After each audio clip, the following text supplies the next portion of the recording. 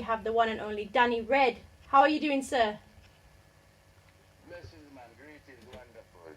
That's so good to hear. Everything is wonderful. Yeah, man. Sure. So, you know, I've been following you musically, social media-wise, all these kind of things for a good while now. So I'm happy to have you on my show, first of all. Blessed love, man. Yeah. So, tell us a little something, and the listeners out there, about your musical journey and how it began. Well, began in the early 80s Okay. with sound systems and things like that. Really in London in the early 80s, but musically, like recording-wise, Yeah. it started right here in Jamaica, where I'm speaking to you from. Wow. Okay. You know, and that was like cutting my first. We were going to the studio for the first time around 1983. Yeah. And really started recording from that period of time. But at the time, was known as Danny Dread and not Danny Red. Yeah. Yeah, man. And a few other Danny Dreads popped up, and I decided to concede the name and become Danny Red, which wasn't until 1987. Okay. You know, so it's just been Danny Red. Well, from 1987, it's been Danny Red, roots and culture we deal with, no slackness. Yeah. Be a positive message, and just spread the message of love, peace, love, and you know. For real. That's it. Yeah, man, that's it really and truly. But yeah, we started, I mean, recording-wise, sound system-wise, we started in London, recording-wise, we started in Jamaica, and that's the beginning. Yeah. Okay. So, for the listeners out there and myself, what made you perform strictly roots and culture music? Because that is what you deal with, and it's wicked. But what made you go to that in particular? Well, being a Rasta, Yeah. Far youth from 1979. Then roots and culture goes with the personality of a Rastafari youth. It's like Okay. it would be contrary to even have the mind space to think of anything else more than, and it wouldn't necessarily have to be reggae music, but the message would still have to be conscious and clean. Definitely. You know? Yeah. True. So, as you said before, you've been doing the music for a good while now. How do you keep the energy and the positivity in the music going? Well, there's no real formula to it, really. If you love something and you have a passion for it, then you find it just comes, it just flows. It's just a natural thing. I don't think anybody as an artist really has a process that they actually go through or think about. Yeah. It just, you know, you get a light bulb, you just get a great idea and you write it down. Sometimes you're on the street and you get the idea, you write it down. Okay. And you love it also. And so when you love it, the enthusiasm will always be there because you choose. If you get love for something that you chose to do that because you love it, and then other people love you for doing it, then that alone is like, wow, more than enough motivation to say, you know, it's worthwhile. So that is the motivation, really. That keeps you going. The love. Okay, definitely. So, you know, do you still remember the time when you first picked up a mic and writing your lyrics? How was that for you, and what kind of thing did you go through for us listening out there? I don't really remember how I started writing lyrics. It just happened. But I mean, prior to that, picking up a mic in those days, it was okay. We were youth, so you know what I mean. We get a little early part or something on the sound system. Yeah. And in those days, I'm talking about a sound system called City Dread. Okay. Another one called Jamarcus, and another one called Feinstein. Those, they were all North London sounds. Okay. And starting with City Dread first, really, and then I really, as a youth, but like 15-year-old or something like that. Yeah. And it was okay. They give me the mic, I could chat, but I would basically copy what the DJ said. Yeah. Okay. You just copy, yeah, you just copy word for word what the DJ just said, or even try to sing what the singer just said. Nobody never mind because you're young. It was the early part of the session. Yeah. When the more mature experience brethren come in, you have to move aside and Yeah. let them do their thing. Okay. Yeah. But yeah, you just start off by mimicking. You don't got no lyrics for yourself. I don't really recall when I really first wrote the lyrics Okay. and how that came about. But it just came as part and parcel along the way. I probably didn't notice when it happened. For real. You So, know. Yeah. so how did you, or did you get the feeling that you were ready to do tours and music and those sort of things? Oh yeah, by the 80s, by like mid 80s, yeah, because we was featuring a lot in sound systems, Yeah. both in the UK and back and forth between home and the UK and blah blah. So Jamaica's always been a part of my life. I've always lived in Jamaica, and I've always lived in the UK. That's been a mystery with some people. They think I'm just based in the UK. I've always lived in Jamaica, Yeah. and I live in Jamaica presently. And so I've always been back and forth, back and forth. You talk on sound systems, whether they no big sound systems at the time to tell you the truth, but little local area sounds, both within North London and both also within Jamaica. Little local performances. So people liked it from then. You got a potential and that. So the DJ, the sound system thing, I would say that's really, really how it was all crafted. Whereas the music side, in terms of recording, that was a totally different part of it. So yeah, we was attracted to the excitement. If you do a nice lyrics and the crowd cheer you on, it's a nice feeling. Yeah. And make you feel big up and thing. And then by doing records now, I wanted to also enter into the arena of put me on the stage now instead of behind the sound system. Yeah. I wanted a taste of all of it. Okay.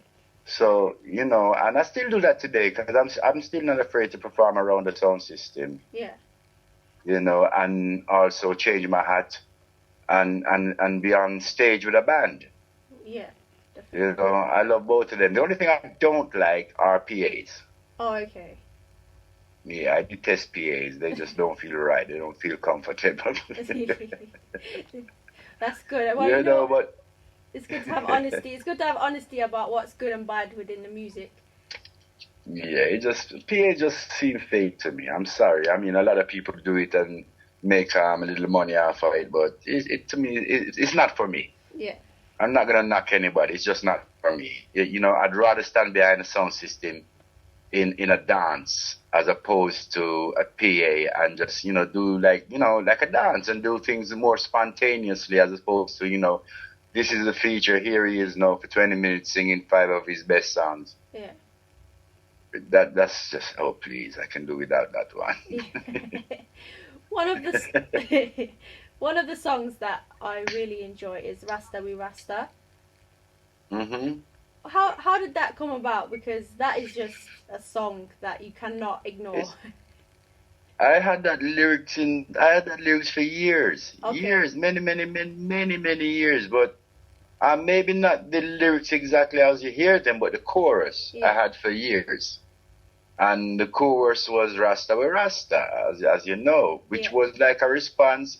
When I first wrote that song, it was more like a dancehall type of thing I was doing. When I say dancehall, I mean 80s dancehall. Yeah. And it was a response to a tune at the time that came out by Courtney Melody saying, "A ninja we ninja." Oh, okay. So if anybody knows that tune, it was a good tune. We all loved it. At the time, it was very popular in the dance. A ninja me ninja. A ninja me ninja. And I say, you ninja, well, a Rasta me Rasta. Yeah. But, the tune never come out until it came out. It wasn't recorded, rather, until it was recorded. Okay. Many years later. Definitely. So. And it also, yeah, go on. No, I was just going to say, so, as an artist, how do you go about putting the lyrics and the chorus and those sort of things together to make a rhythm or a tune? It just comes. Sometimes you just get a melody in your head. You might see something on the road very funny, and it just something occurs to you lyrically, and you've got right away. You got a little hook. Yeah. Sometimes you have to. Sometimes you listen. Somebody sends you a rhythm, and you hear that rhythm, and you listen it. Sometimes it doesn't grab you right away. You're listening it a couple of times, and then all of a sudden it pops in your head. There's a hook. Okay. Sometimes you get. Sometimes you can write a song like literally in 10 minutes. Yeah. And then another time it can literally take you 10 weeks to finish that song. Yeah, so when it come, it come. Yeah, sometimes it does come like brr, brr, brr, like you're running hot. Okay. You know? Yeah.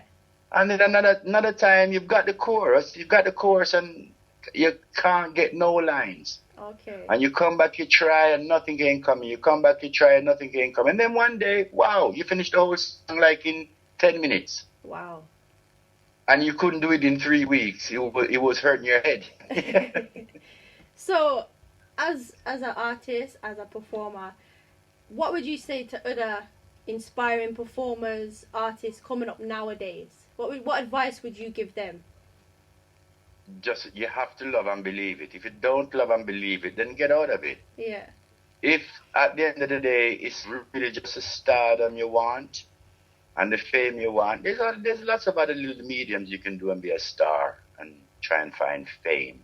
Yeah. Music to me should be from the heart. It should be meaningful. And even though I don't sing like bad man song and these kind of songs, some bad man songs, there's reality and truth in what they're saying, and these things have to be said too. Yeah. I don't like vulgar songs, but back in the days when I was a youth, you used to have some reggae songs, you could call them naughty. Okay. Yeah, they could naughty and they could be rude, and you laugh and you giggle because they wasn't vulgar. Yeah. It's the vulgarity and the blatant vulgarity of violence as well. Both sexuality and violence, these things, no, there's no love. This is just like painting or trying to turn these youth into some kind of robot. They listen to this music, they become robotic, they feed off of chicken wings and chips. Yeah. And they become dull and void and they stare in their phones and all of this. This is what's being promoted. Pump, pump, pump, pump. Where's the music of consciousness? When I say consciousness, even good love songs, they're good because people have emotions. Yeah. So good music in general, it doesn't have to be reggae music per se. Any good music that touches you, you must be true to it. You must love it, put your feeling in it. Yeah. Most painters, most artists who do painting, a lot of them do it. They would say they went into it to make a whole heap of money. Yeah. The art was in them and they had to express it on canvas or on cartridge paper or on, Yeah. Definitely. And the same thing with a poet and a lyricist. Yeah. It's things that are inside them that has to come out some way or the other. So once you recognize that, and it's not about the money, but yes, of course, money does help. We need to live. Yeah. But that's not the first and main goal. You've got some brilliant artists who are not interested in making a record or publishing any lyrics, but they still make music and they still write. Definitely. Just for the love of it. They're just not interested in making a career out of it. Yeah. For real. This is my career. This is what I do. This is what I chose to do. But you still have to maintain that genuine sense of love. Why did I choose to do this? Because nothing was promised. Definitely. And most musicians don't have a pension scheme. Yeah, true. So it has to be love. Definitely. It has to be love. So, what's next for you? Have you got any events coming up where people can check you out and see what's going on? Well, only if you're on this side of the world at the moment. I'm not sure. It doesn't look like I'll be doing anything in Europe for this year or over in the UK. After Brazil, I got a little tour in Brazil. Week after next, not next week, the week after. Okay. I done a few not so long ago in Mexico. Got a few more South American things lined up, a few North American things lined up here and there. But location. What happens is everybody waits. What tends to happen with me, or all the promoters all wait and say, Danny, when are you coming back to the UK? When are you coming back to the UK? Well, supposing I don't want to come back. Yeah. So that's where it's at. I mean, a lot of them sit down expecting me to come back and do anything. Why? This is how I've lived my years for life. I disappeared for 10 years out of the music scene, sat right down at home in Jamaica. Nobody knew where I was. Nobody sent for me. Got back to England early 2000s, picked up the game again, and back and forth again. So there's a lot of reliability. So in the same way that I wasn't getting as many shows, say, this side of the world, but now I'm here, I'm getting more from this side. Oh, okay. So it's all location. Yeah. Okay. So what I would like to see some of the European promoters do, if some of them could come together and just, work together and make it feasible for artists like myself to travel from Jamaica, come to Europe, and I've got like maybe 2 shows in that town or city, country. And another promoter can pick me up from there, and we've got another 2 shows in there. I make the thing look worthwhile, because one show is not worth it. Yeah, definitely. It's not worth flying all the way to London for one show. Yeah. So any promoters out there, you've heard it here. Yeah, man, come together and put the thing together. For real. And then it can work. And like I said, it's not just me alone. There's plenty of artists here in Jamaica who, if a lot of promoters put them, and when I say plenty of artists, we're not talking about the big major ones who they always send for the festivals and everything. You got a lot of other good artists who they need little exposure. You got 2 good promoters in Germany, 2 good ones in Austria, and 2 good ones in wherever. If they can pull together and network together, then a lot more artists could travel in Europe and expose their talents and what they've got. Because there's some wonderful talents down here, but they're not getting the right exposure or, the links for anybody to even try experiment and say, all right, let's send for 3, 4 guys, all come together and see what they can do. Definitely. You have to be a brand name. You know what? We're coming to... I was just going to say, I'm getting a lot of different messages, a lot of different people saying that they're enjoying the interview. So, I just want to say, first of all, I'm so happy that we get to speak and talk on the phone and so on. Would you be up for doing a little something on air now? Something, if I can hear it properly. Remember, I'm on the telephone. I mean, like, like a little voice or a little piece of a song that you're feeling right now for the listeners out there. Yeah, well, all the time. Then non-stop, I tell the people all the time. Be grateful, be grateful, be grateful for who you are. Be grateful, be grateful, be grateful for who you are. For who you are now is who you was then. Can a leopard change its skin? Are you with me or a friend? So it was in the first, it shall be so in the end. Sins of their fathers come down on children, so be still. Be calm and be grateful. Satan might skillful, but Ararak Radio more skillful. So that's the first. Yeah, thank you so much. You know what? I'm so, like I said already, I'm happy that we've got to speak and talk. Any music, anything you have, please do pass my way, and I'll gladly promote that out for you anytime. Yes, I am. Give thanks. Give thanks. People, look out. There's an album coming soon, by the way. It should be out, looking at by September or so. Okay. A lot of the tracks have been floating around, played by various sounds. Give thanks to Big Sound Channel 1, who's pumped a lot of it. Look out for that one. It's called Calling for Roots from independent French label Chouette Records. Yeah. And it will be, like a showcase style, vocal and dubs. Like, I think it's 5 or 6 vocals and also dubs. Okay. So look out for that one, people. Soon to come. Yes. Yes, I'm looking forward to that. Once again, I just want to say thank you, and I hope we get to meet in person or speak again soon, yeah? All right. Give thanks. Yes. Wonderful. Bless you. Bless. All right. Give thanks. Give thanks. Okay, people, you heard it here first. Make sure you go and check it out. Lock into Danny Red. See any new music he's got coming out.